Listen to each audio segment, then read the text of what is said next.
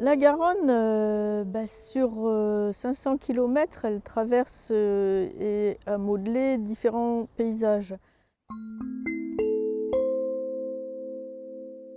Sa source est en Espagne, puis elle arrive dans nos montagnes pyrénéennes françaises, où c'est un torrent impétueux, un torrent de montagne, une eau cristalline qui charrie là encore des gros sédiments, des rocs, des graviers. Puis elle arrive dans le paysage du Piémont, où là les reliefs s'adoucissent. Et à l'aval, grosso modo, de l'agglomération toulousaine, nous rentrons dans cette Garonne débordante, qui s'étend jusqu'au plan d'eau de Saint-Nicolas-de-la-Grave, là où la Garonne retrouve la rivière Tarn. On va rentrer après dans la Garonne à Genèse, la Garonne dite de l'ancienne navigation fluviale, pour après retrouver à l'aval de l'Aréole la Garonne maritime. Donc ici, le visage de la Garonne est différent de tous ces tronçons. On est sur une Garonne effectivement qui a divagué. L'hydrodynamique fluviale a fait que la Garonne, au cours du temps, a toujours divagué et a laissé derrière elle des milieux naturels qui sont spécifiques.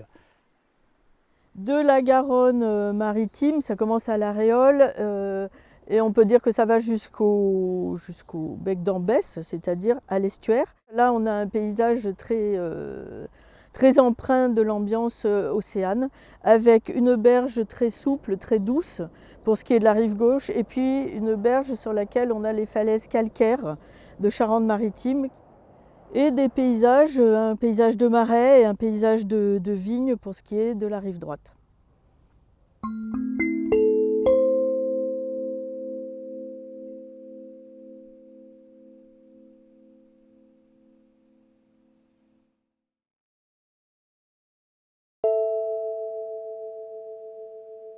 On a beaucoup représenté dans l'œuvre picturale la Garonne en bord de ville. C'est des éléments qui sont très souvent repris dans la peinture, et aussi les ponts. Le pont permet d'avoir un élément très intéressant sur une peinture, sur une photographie.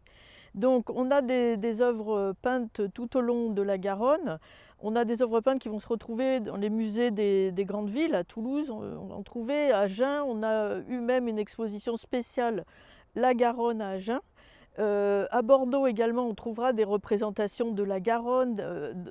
Et c'est très intéressant parce qu'on a des œuvres picturales qui datent de 200 ans pour certaines. Donc on peut s'apercevoir comment les gens vivaient en bord de Garonne.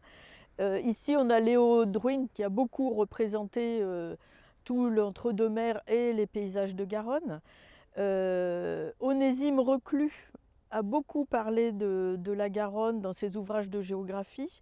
Stendhal également a beaucoup écrit sur la Garonne, avec des très beaux textes de Stendhal sur les paysages de Garonne, à l'aube, le matin, ses lumières.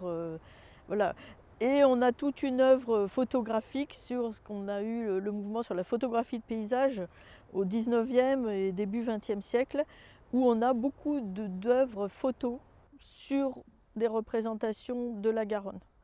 Donc la Garonne, c'est vraiment une source d'inspiration, c'est une source d'émotion, c'est une source d'inspiration. Donc il est clair qu'on va la retrouver dans les œuvres artistiques. Il y a des sites effectivement plus remarqués que d'autres, mais nous ne sommes pas sur des sites qui sont spectaculaires, qui sont très touristiques. Ce sont des sites qui d'emblée peuvent paraître ordinaires. Pour autant, ces sites-là, quand on apprend à les connaître, ils présentent des potentialités écologiques, des richesses écologiques très importantes, avec une biodiversité remarquable. Et petit à petit, les instances publiques ont pris la mesure de la nécessité de protéger, de préserver ces milieux naturels, et ont commencé donc à classer, à inventorier ces milieux, de telle sorte que leur richesse soit maintenue, voire développée. Donc ces instances publiques qui mènent souvent des plans de gestion avec des actions très ciblées de maintien de prairies, de reconstitution de boisements alluviaux ou de ripisylves, de réouverture de bras morts lorsque c'est nécessaire. Et en parallèle de la prise de conscience des instances publiques, les populations riveraines se sont aussi réappropriées le fleuve et ont pris la mesure de l'importance de protéger ces milieux.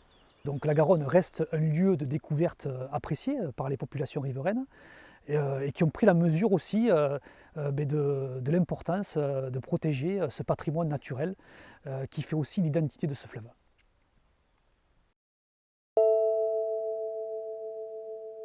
Avant, on traversait la Garonne surtout avec des bacs qui acheminaient les gens d'un côté à l'autre de la berge. Donc on imagine que les contacts entre berges étaient beaucoup plus complexes.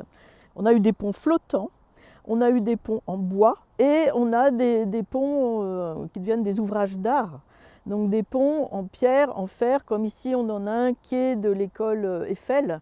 Donc la question du franchissement est, oui, pour la communication, devenue très importante avec tous ces ouvrages d'art qui sont mis en place. Sur les aménagements, on a aussi les chemins de halage qui ont été vraiment des moyens importants, puisqu'ici notamment il fallait jouer avec les marées. Donc la navigation se faisait en fonction du sens des marées. Et en dehors des zones impactées par la marée, le chemin de halage était important, et à chevaux ou à dos d'hommes. On tirait comme ça avec de grosses cordes, on tirait les embarcations qui étaient sur Garonne. Et même par endroits, on a eu des travaux très importants qui ont permis au XVIIe et XVIIIe siècle d'organiser la Garonne, de la tenir dans ses pérés, pas de la maîtriser, puisqu'on ne la maîtrise pas, ça va être beaucoup trop fort, mais de la conduire pour qu'elle soit plus confortable à son utilisation et plus navigable. On essaye de vivre avec elle en s'en protégeant par un système de digues qui vont protéger les cultures, parce que derrière les digues, on a installé des cultures, on peut avoir des fruitiers, on peut avoir des champs de maïs. Et en même temps, parfois, on a laissé rentrer l'eau dans des casiers pour permettre de fertiliser les terres. Donc il y a ce jeu tout le temps avec la Garonne, on l'observe.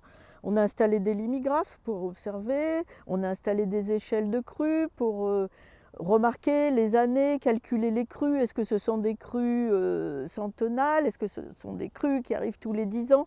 Donc on essaye de comprendre, on étudie cette Garonne. C'est un élément de paysage qui est fascinant, qui est majestueux et qui est quand même encore sauvage.